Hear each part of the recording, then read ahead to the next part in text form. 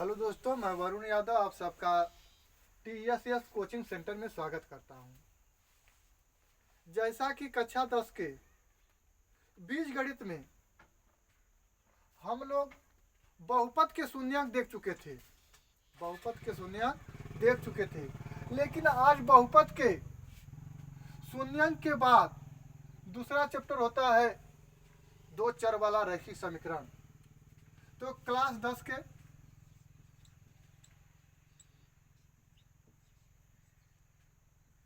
आज हम लोग दो चर वाले रैखिक समीकरण देखेंगे।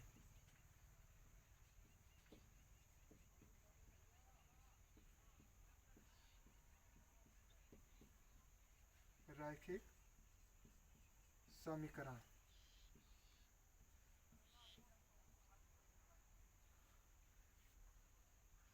समीकरण तो हम जानते हैं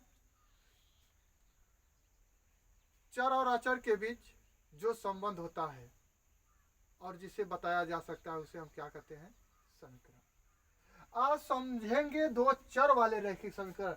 रैखिक का अर्थ होता है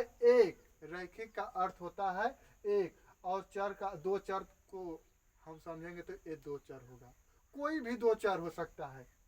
तो यहाँ पर एक घात वाले दो समीकरण को देखेंगे।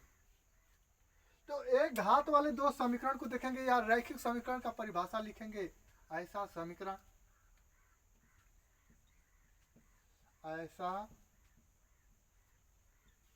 समीकरण जिनमें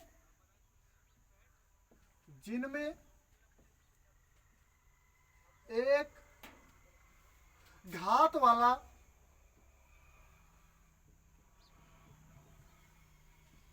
कोई दो चर उसे दो चर वाला रैखिक समीकरण कहते हैं। दो चर वाला रैखिक समीकरण कहते हैं। रैखिक का अर्थ होता है एक। तो यहाँ पर देखेंगे एक घात वाला दो चर के बीच समीकरण, इन्हें हल करने एक घात वाले चर के लिए एक रैखिक समीकरण के लिए, मतलब एक चर वाले रैखिक समीकरण के लिए केवल एक हल होता है, और दो चर वाले रैखिक के लिए दो चर होगा, दो मान होगा, और तीन चर वाले रैखिक समीकरण के लिए तीन मान होगा। तो यहाँ पर दो मान होगा, लेकिन इसे हल करने के लिए निम्नलिखित विधि होती है। तो इसमें केवल दो विधियों को पढ़ना है। पहला प्रतिस्थापन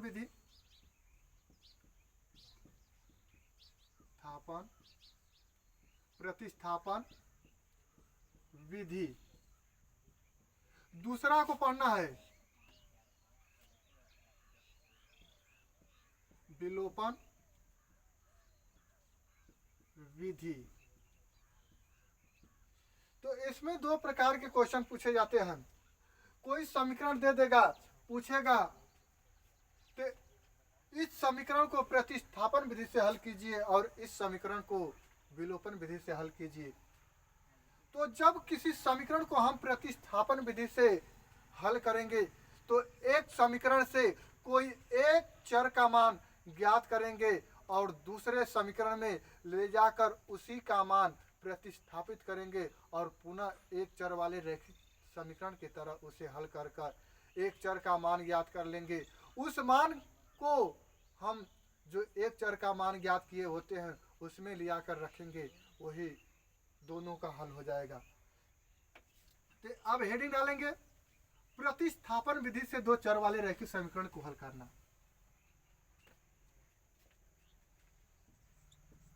प्रतिस्थापन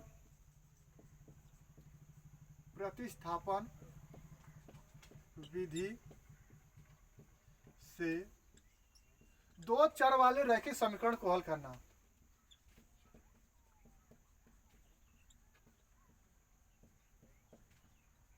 रैखिक समीकरण को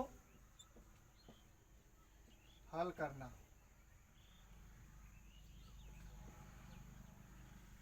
प्रतिस्थापन विधि से जब दो चर वाले रैखिक समीकरण को हल करेंगे तो सबसे पहले इसमें हम दोनों समीकरण से कोई भी एक समीकरण की सहायता से एक अचर राशि का मान ज्ञात करेंगे और उसका मान दूसरे समीकरण में प्रतिस्थापित करेंगे।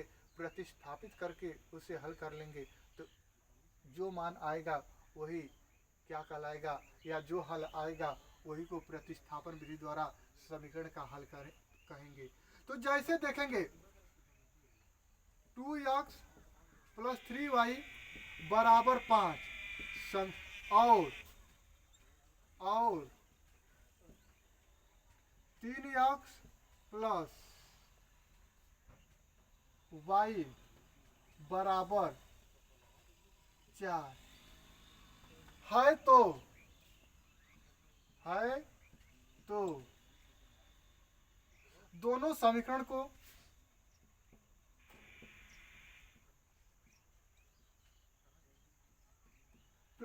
प्रतिस्थापन विधि द्वारा हल कीजिए। जब इसे प्रतिस्थापन विधि द्वारा हम हल करेंगे तो यहाँ पर हल में देखेंगे 2x प्लस 3y बराबर 5, ये समीकरण नंबर 1 हो जाएगा। और 3x प्लस y बराबर 4, ये समीकरण नंबर 2 हो जाएगा। तो चाहे समीकरण 1 को चाहे समीकरण 2 से किसी एक चर का मान हम ज्ञात करेंगे। तो यहाँ पे देखिए समीकरण 1 को हल करने पर ये 2x बराबर 5 माइनस 3y हो जाएगा। यहाँ से x का मान ज्ञात करेंगे तो x बराबर क्या हो जाएगा, 5 माइनस 3y बटा के 2, ये समीकरण नंबर 3 हो जाएगा। x का मान समीकरण 2 में रखने पर, जब समीकरण 2 में रखेंगे तो यहां से देखेंगे समीकरण 2 ए है तो ए 3 हो जाएगा। x का मान क्या आया है, 5 माइनस 3y बटा के 2 और प्लस y बराबर 4 हो गया। तो यहां से जब इसे हल करेंगे तो ये देखिए 3 से गुणा करेंगे तो ये क्या हो जाएगा, 3 5 15 माइनस 3 के 9y बराबर y बटा के 2 होगा और प्लस y बराबर 4। इनका हर एक है, जब 2 और 1 का लसा लेंगे तो किस पर बैठेगा, 2 पर, 2 पर हर बैठ जाएगा तो 15 माइनस 9y और प्लस 2 1 कम 2y बराबर 4 हो गया। तो यहाँ पे देखिए ये भाग है, उस पर जाएगा तो गुणा हो जाएगा तो 4 दूनी के कितना हो जाएगा, 8। तो ये 15 माइनस 9y प्लस माइनस 9 में जब प्लस 2y जोड़ेंगे तो माइनस 7y होगा बराबर 8 हो जाएगा। ये प्लस 15 है, उस पर जाएगा तो माइनस 15 हो जाएगा। तो यहाँ पर हम देखेंगे तो 15 ये प्लस है, उस पर जाएगा तो माइनस होगा तो माइनस 7y बराबर, यहाँ पर 8 जस का तस रहेगा, लेकिन इस पार प्लस था तो उस पार जाकर माइनस 15 हो जाएगा। तो जब 8 में माइनस 15 को जोड़ेंगे तो माइनस 7 होगा तो माइनस y बराबर ये क्या हो गया, माइनस 7। ये माइनस से माइनस कट जाएगा और 7 इधर गुणा में है तो उस पर जाएगा तो भाग हो जाएगा तो 7 से 7 कट जाएगा तो y का मान कितना हो गया, 1। y का मान ज्ञात कर चुके हैं तो y का मान समीकरण 2 में रखने पर, 3 में रखने पर जब समीकरण 3 रखेंगे तो समीकरण 3 यही है। तो यहाँ पर देखिए x बराबर ये 5 हो जाएगा माइनस, जब 3 में 1 से गुणा करेंगे तो 3 1 कम 3 बटा के 2 हो जाएगा।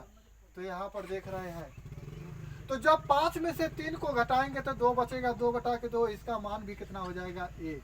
तो x का मान कितना मिला, 1, और y का मान कितना मिला, 1। ये समीकरण तभी संभव होगा जब ए मान रखने पर दोनों समीकरण संतुष्ट हो जाएगा तो हमारा हल सही है। तो यहाँ पर देखिए x का मान 1 निकाले हैं तो 2 1 कम 2, प्लस y का मान 1 निकाले हैं तो 3 1 कम 3, 3 और 2 जोड़ेंगे तो 5, देखिए 5 आया है। इसमें जब x का मान 1 निकाले हैं तो 3 1 कम 3, y का मान 1 निकाले हैं तो जब 3 में 1 जोड़ेंगे तो 4। इस प्रकार देख रहे हैं तो दो चर वाले रैखिक समीकरण को प्रतिस्थापन विधि से हल करने के लिए एक समीकरण से एक चर के मान को दूसरे समीकरण में प्रतिस्थापित करेंगे और इस तरीका से समीकरण को हल कर लेंगे। और दूसरा वाला जो रैखिक समीकरण है विलोपन, दो चर वाले रैखिक समीकरण को विलोपन विधि से हल कीजिए, तो उसे अगले वीडियो में देखेंगे। आज इतना ही।